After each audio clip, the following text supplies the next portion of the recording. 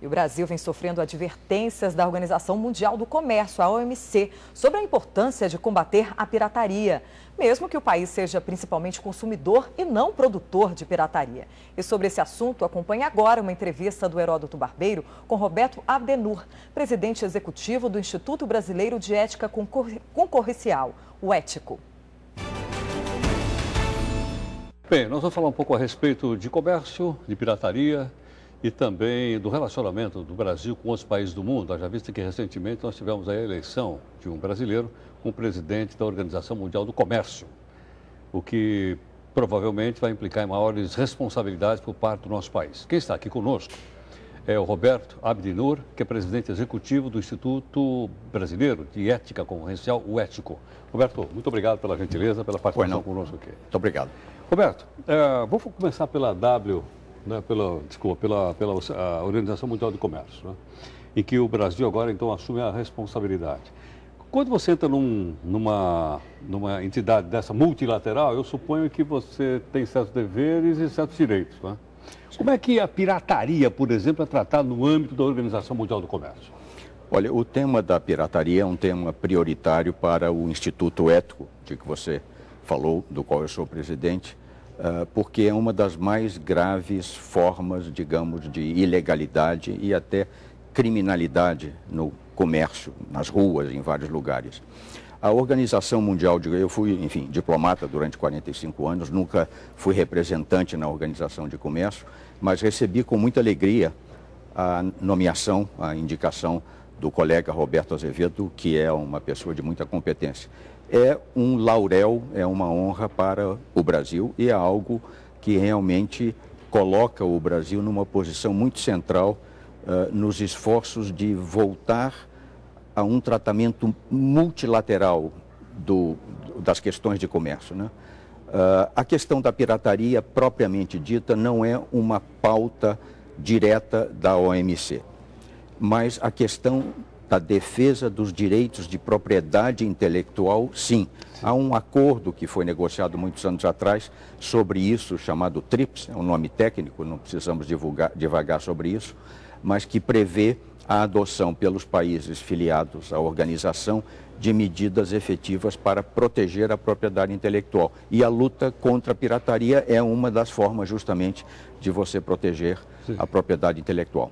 Porque posso entender, então, que a fabricação de um produto pirata é uma violação dessa regra da propriedade intelectual. Sim, porque... Estou tomando, por exemplo, eu pego aqui um programa de computador, copio um programa de computador de uma empresa qualquer e passo a vender esse programa. Isso é pirata. Isso é pirata porque você está, digamos, falsificando ou reproduzindo, sem pagar impostos, sem pagar direitos autorais, um produto feito por outra empresa, por outra pessoa. Agora, o Brasil é campeão de pirataria ou à frente de nós tem, por exemplo, a China?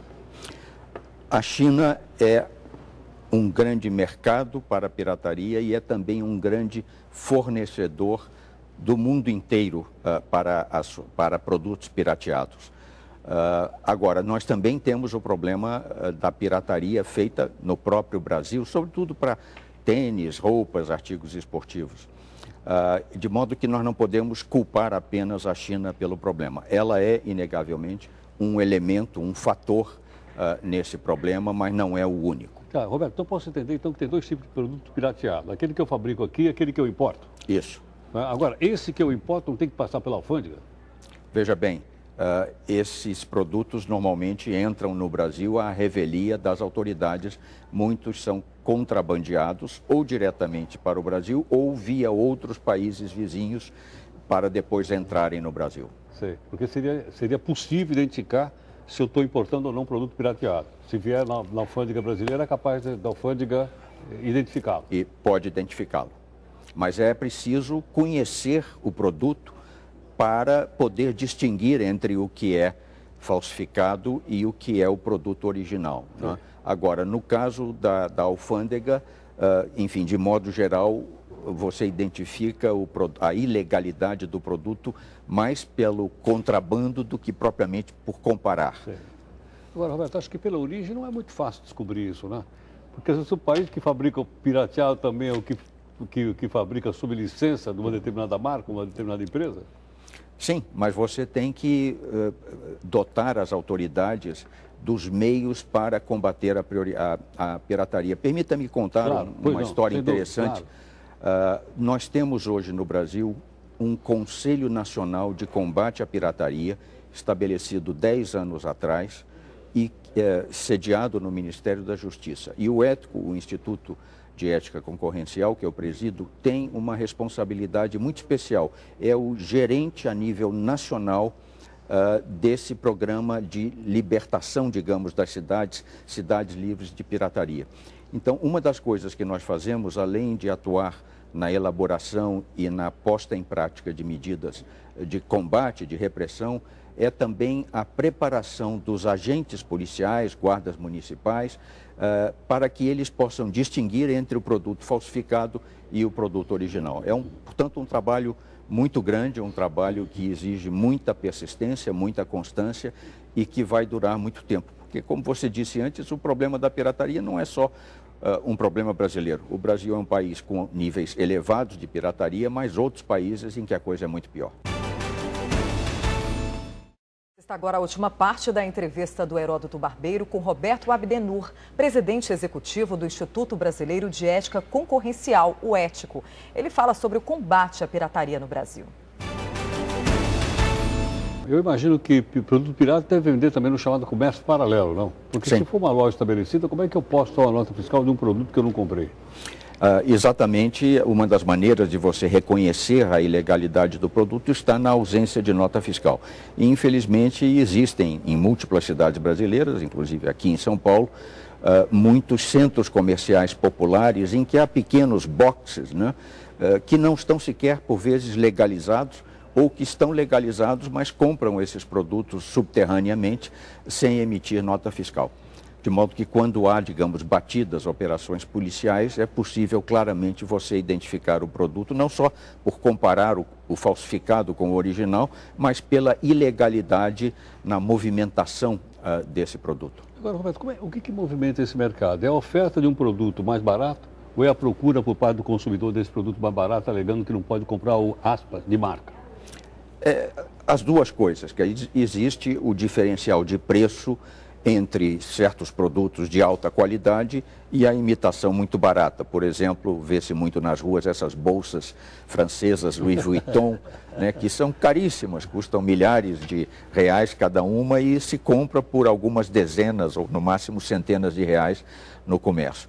Então, um dos esforços que nós fazemos no Ético é, por vezes, procurar fazer ver às empresas produtoras a conveniência de procurarem diminuir os seus preços. Agora, aí entra um outro problema, que é o alto nível de impostos sobre muitos produtos. Também a redução de impostos ajudaria a diminuir os preços e, portanto, reduzir a margem entre o produto pirateado e o produto verdadeiro. Agora, essa discussão vai para um debate político, até mesmo ideológico, dizendo, não, todo mundo tem o direito de ter uma caneta com essa e tal, então, como é muito caro original, por que eu não posso ter uma caneta dessa mais barata, pirateada? Você tem toda a razão, existe alguma corrente de pensamento, mas que é minoritária, que acha que a pirataria é um fator de difusão de bens culturais, por exemplo, CDs, música, softwares, vídeos de filme, etc. e tal. Ora, isso é ignorar toda a ilegalidade que há por trás disso e o fato de que, com isso, você está sonegando o pagamento de impostos e privando a população, num segundo momento, do benefício de políticas de saúde, de educação, de segurança, que são essenciais para a população, de maneira que quem defende essa tese, digamos, da legitimidade, entre aspas, da pirataria, está deixando de ver todo o outro lado escuro, obscuro desse problema. Agora, Roberto, até onde vai isso na questão também de ordem cultural? Também queria contar rapidamente uma história. Na época passada eu dava aula em faculdade, né? Dava aula de jornalismo. E aí outro dia veio um garoto fazer uma entrevista para mim e tal, fiz entrevista com ele. Ele falou assim para mim, dá para você autografar aqui o xerox que eu tirei do seu livro? Pois é, aí esse... Quer dizer, eu posso considerar isso uma pirataria ou não? Eu não fiquei bravo, tudo bem, não tem problema, daqui que eu sempre não, você...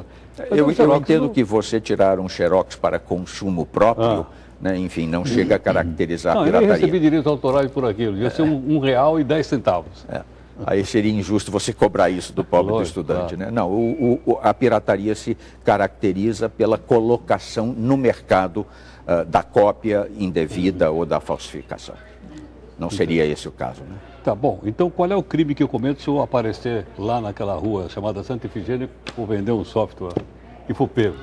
Você está cometendo um crime de sonegação, um crime de sonegação fiscal, violação aos direitos de propriedade industrial ou de propriedade intelectual e está causando um malefício a toda a sociedade. Inclusive porque é um fato menos óbvio, mas por detrás desse amplo comércio de produtos pirateados, você tem redes internacionais de contrabando e até de criminalidade pesada mesmo. Entendo. Agora, isso está capsulado no Código Penal ou não? Mais e mais, eu confesso a você que não conheço em detalhe o Código Penal, mas há uma legislação cada vez mais rica de defesa dos direitos de propriedade intelectual e de repressão à pirataria. Inclusive, há projetos de lei em andamento. Existe uma importante frente parlamentar de combate à pirataria, envolvendo congressistas da Câmara, do Senado, de múltiplos partidos, que procura levar adiante a aprovação de projetos de lei para melhor repressão, inclusive, por exemplo, interditando lojas ou centros comerciais em que é comum a pirataria, aumentando as penas para quem comete esses crimes, de maneira que existe uma movimentação e eu diria uma consciência crescente na sociedade de que esse, apesar de ser uma tentação, é um problema sério que deve ser, portanto, visto com muito cuidado. Ok. Roberto, muito obrigado pela sua gentileza, pela participação conosco aqui, muito grato. Muito obrigado.